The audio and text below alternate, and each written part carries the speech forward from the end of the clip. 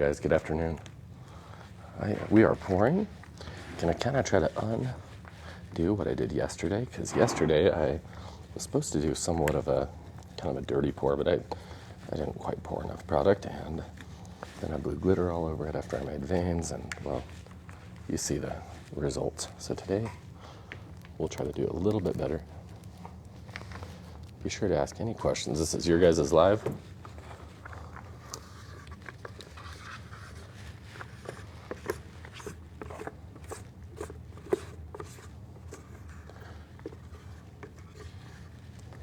Ooh, that pigment in there. I'll try to roll that in. Where are you guys watching from today? And thank you, by the way. Thanks for joining the live. I know red on red's probably not the prettiest thing, but I'm going to actually start out by allowing it to be just a little bit dirty. I'm going to spread. Watching from France. Oh, welcome from France, man. Welcome, welcome. North Carolina. North Carolina. Where in North Carolina? That's the only place in the Marine Corps I can say I did not enjoy living, and it wasn't because of the state. I love North Carolina. But man, being stationed out there, what was it, Camp Lejeune? What a special place. Show up to the mall on the weekend, try to buy food, get caught in your flip-flops, and find out that's against the rules. Jeanette says kidding. She's in Texas. Texas? Oh, are you freezing out there, everybody? It is pretty cold. I hope you guys are staying safe. I want this to be random, so. Jeanette loves the shirt. Oh, thank you. You know what? I think I like roosters and stuff, and I have them on quite a few things, and even my little girl has a little cocky hat. But maybe I'll make one for Damacote, and it'll say humble, but it'll still have a rooster. Tell me if you'd buy it. The humble rooster. A humble rooster is probably a more attractive rooster. Jeanette says her pipes are frozen.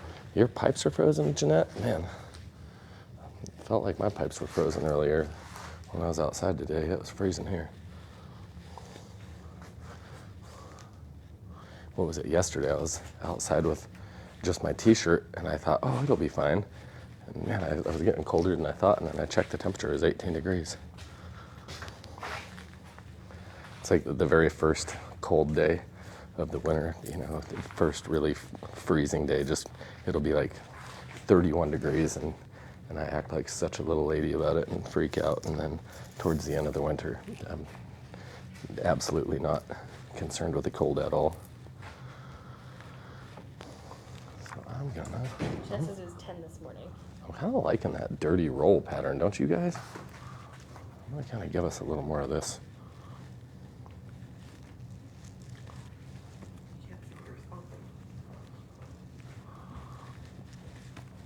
Hey, let me know if you guys got the notification that we went live. That's a big deal to us to know that. Another North Carolina. Another North Carolina. Welcome, welcome. God bless you guys in North Carolina. You guys get cold up there too, as I recall. I remember being in the Marine Corps and them telling us to run at 3 in the morning, and I was like, whoa, I'm pretty sure it was freezing out there, but you guys have humidity, which makes it even worse. So a humid cold's a lot harder than our 4% humidity cold when it gets cold here. I have to call my friend Dale after this though, because I was like telling him that we average 4% humidity in Colorado, and I'm like, no, I'm sure that I've heard it. Well, maybe I heard it somewhere, but that's not true. So I checked the weather, and I was totally wrong about that. This is epoxy. No, good. This is epoxy. What brand of epoxy? This is countertopepoxy.com. Here on our live channel, and we try to do these. We do a lot of informational classes and lives here. Try to work with people here. I'm building an actual desktop out of a door here, so that is what we're doing here, and it kind of covering up. I feel like I made a pretty big disaster on yesterday's piece. It looked pretty nasty. I mean, I had fun. If that's all that matters, but I don't think the desk looked very nice. And this is just a hollow core door, and it's pretty solid because we have several layers on it. So we're gonna just cut the drips off, sand it, get them all really smooth on the edges, and call this a desktop. Jody says it's 36 degrees now. Oh, Jody, that's nice and warm. I wish it was, I think it's like 24 right now, which feels pretty good. It's like the coldest we've had. Yeah, this is, Yeah, that's not that bad. All right. We got a lot from North Carolina. Another one from North Carolina. I might actually be headed to a job out in North Carolina. Let me know if you guys want to attend a class in North Carolina. I have one coming up, it looks like, out there here in a little while. So it'll be a hands-on class, so with a company I work with out there. Do you always spray your projects with alcohol? Not always, actually. This one I actually may not spray this with alcohol. We'll kind of decide together. Alcohol is good to help with air bubbles, air release and whatnot, and help things kind of lay down a little nicer, but it's not always needed. So. Can you use a normal roller, or does it have to be the spiked one? Actually, a foam roller is the best. Foam rollers are by far the best. Spiked rollers are more for like thin viscosity coatings, like cheaper, like low-end stuff, like just really thin mill stuff, and they'll pop the air bubbles. But if you use a foam roller for this, and then we'll just torch it, it'll work really well. So I'll kind of do that with y'all. So I'm trying to put everything into my final cup for a dirty pour. I think the dirtiest thing in the room is me right now because it is everywhere. Why do you spray alcohol? Sometimes for effect, sometimes I add colors in with the alcohol, and sometimes I'll show you. I'll spray some alcohol on this, and I'll go over all the different reasons and kind of show you the different effects we can get. I'll try to just keep it to one end so I don't wreck this again. I'm really good at going too far on a first date with an epoxy door.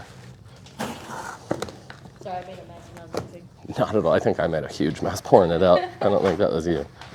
So there's just my alcohol.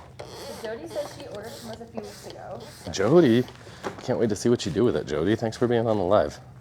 And can you do this technique on floors? Yeah, totally. It would be a little bit different product, but it's really fun. So attend one of our workshops if you want to learn how to do it on floors. Let me know if you want to go to Florida. We have an upcoming class in Florida and one in North Carolina, and then possibly in Texas. But we're still looking for an on-site job. So, and what we do a lot of times for the classes is we'll do your garage at cost, so dirt cheap or something, or a kitchen or something like that, as long as you let a class be attended in your home. And so we're talking to somebody in Dallas right now, but if not, I'll just advertise out there and we'll get somebody. So Dallas or Houston. Jody's wondering who has the camera. Who has the camera? Why do you guess? Let me ask you guys something. I had a guy named Victor, and I remember people used to always guess who that was based on the angle of the actual camera. And it was only people that knew me, that knew I'm only 5'8", and the camera was always looking up at me. So they always guessed that it must be somebody. And I had a guy, Victor, he's a badass, the coolest guy I know.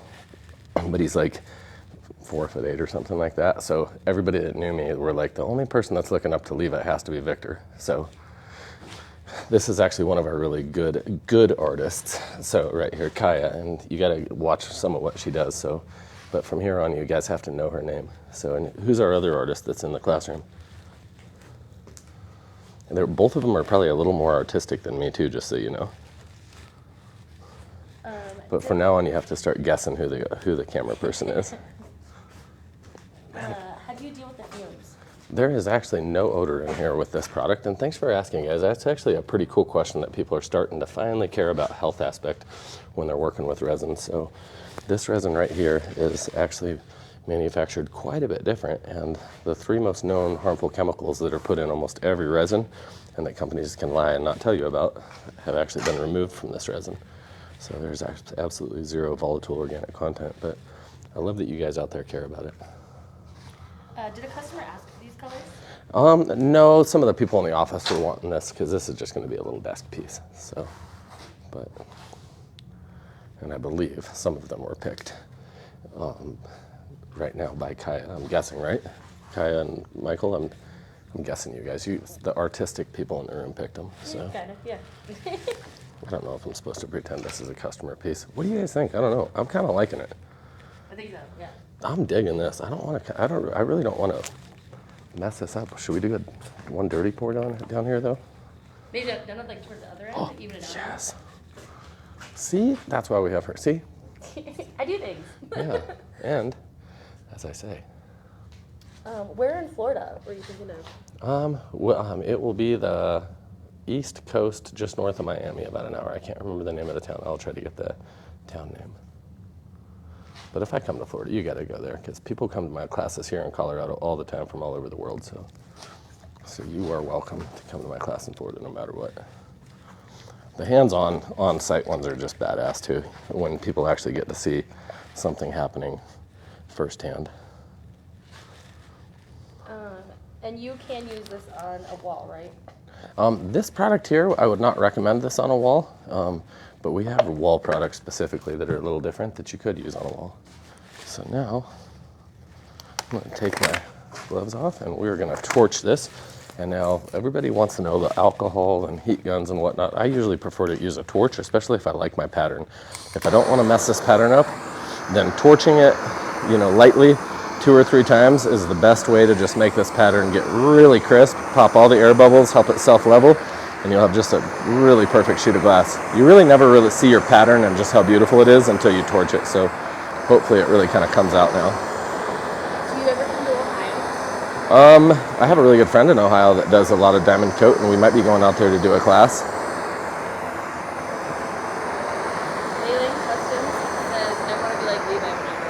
Bailing Customs. Everybody's got to check out his channel. He has such an amazing shop.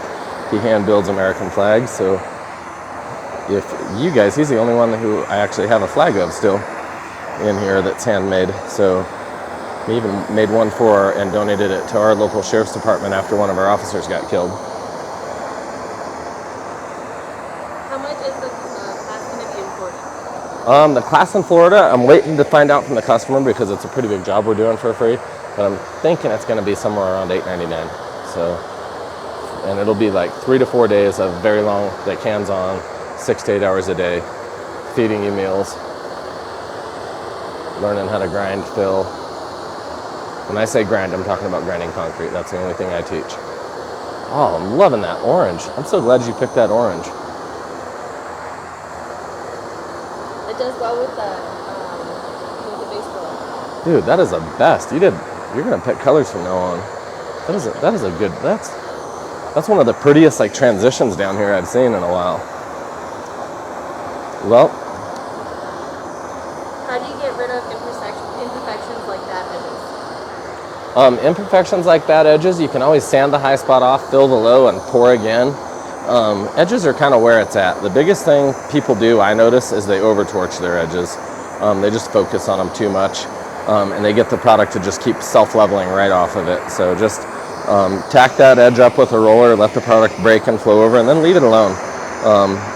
Maybe lightly torch close to it a few times, but then let the product set up. Oh man, I'm loving this. What do you guys think of that pattern? Mrs. T says she's interested in the Florida project. Mrs. T, I hope to see you in a class time. Can't wait to see you out there. We will be putting it on the website, so just definitely check the website for availability. What's the website? The website link is in the bio, but it's countertopepoxy.com, and if you just go to the link above, and please hit that follow button if you enjoy what you're seeing. If not, tell me to fix my face and do better epoxy. William says looks awesome. Dude, Stormy Norm says beautiful. Thank you, Stormy Norm.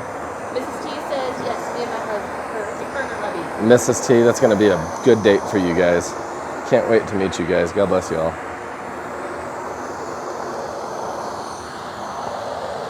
Is that the Florida class they're wanting to join us in? Yes. That's badass. It'll be a good class. Florida. Every time I go to Florida, we have huge, awesome turnouts and just really good classes.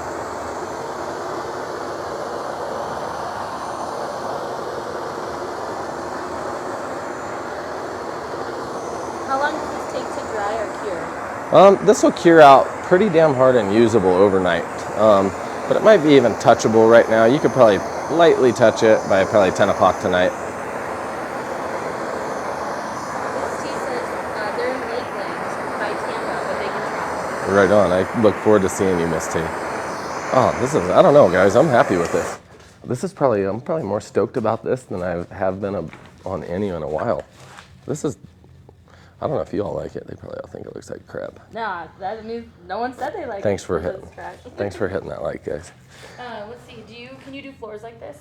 You could do floors like this. I've actually done kind of wilder than this. So Yeah, this is just beautiful down here. How did you start running classes?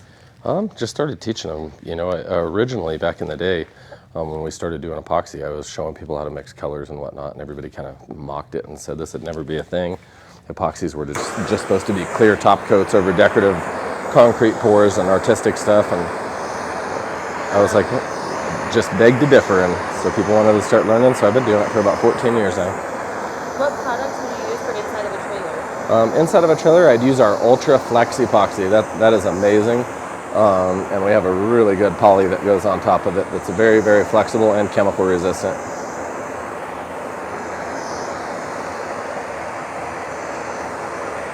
Wow, we have a desktop here. So you said the orange over here looks like Damn, flames. Kaya. That's better than anything we've done, isn't it? I'm not going to say yay or nay. I think that is. Good job. Now we should have just let Kaya actually do this, and it would have been even prettier. Goodness. So, all right. Well, I'll show you guys one. I'm going to show you guys something. One of my oldest tables I've had around the shop for quite a while.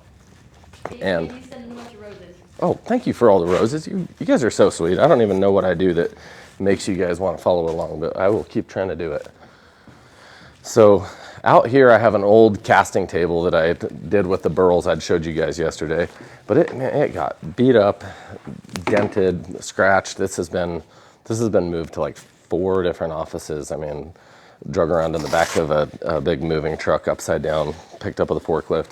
And I just didn't know what to really do with it. And I thought, man, I think the very best look is to just degloss it down to 1,000. So I'll show you a little bit about sanding here.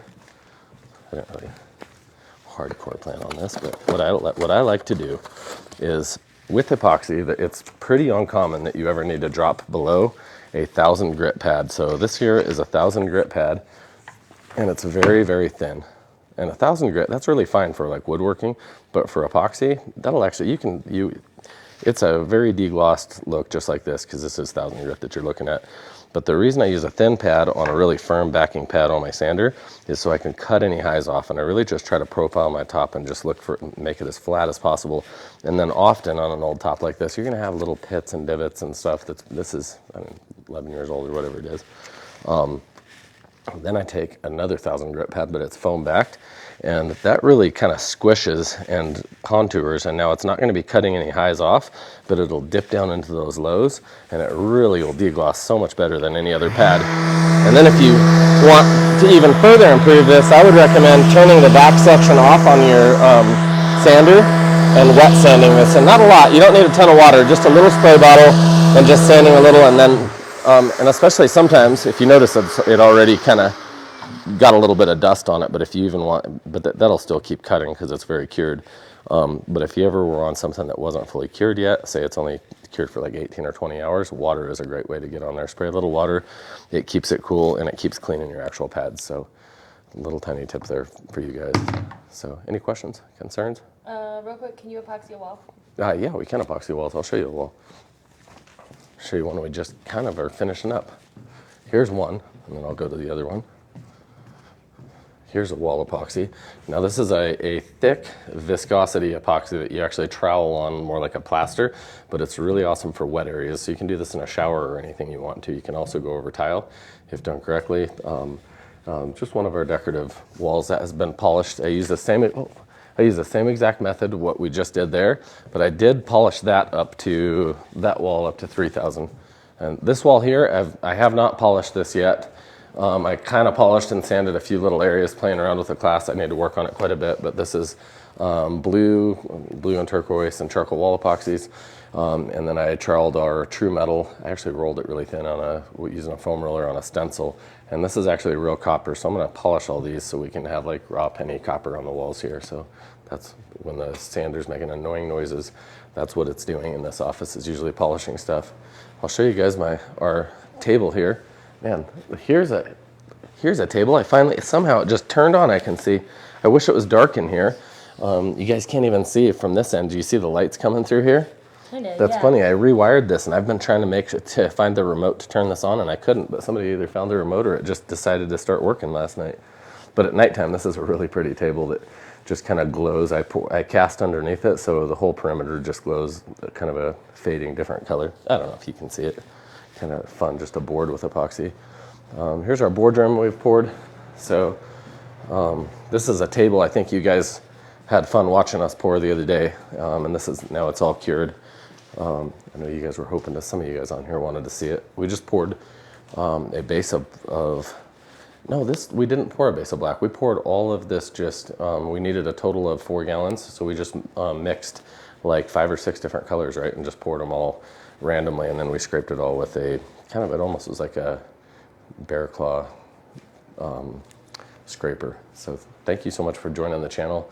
I hope we see you in a class out in Florida, Texas, North Carolina, or come here. We have awesome ones here every single month. So God bless you guys, and I hope you're having an awesome day, and we'll be back tomorrow. So make sure to follow the channel and check out our YouTube channel. Talk to you soon.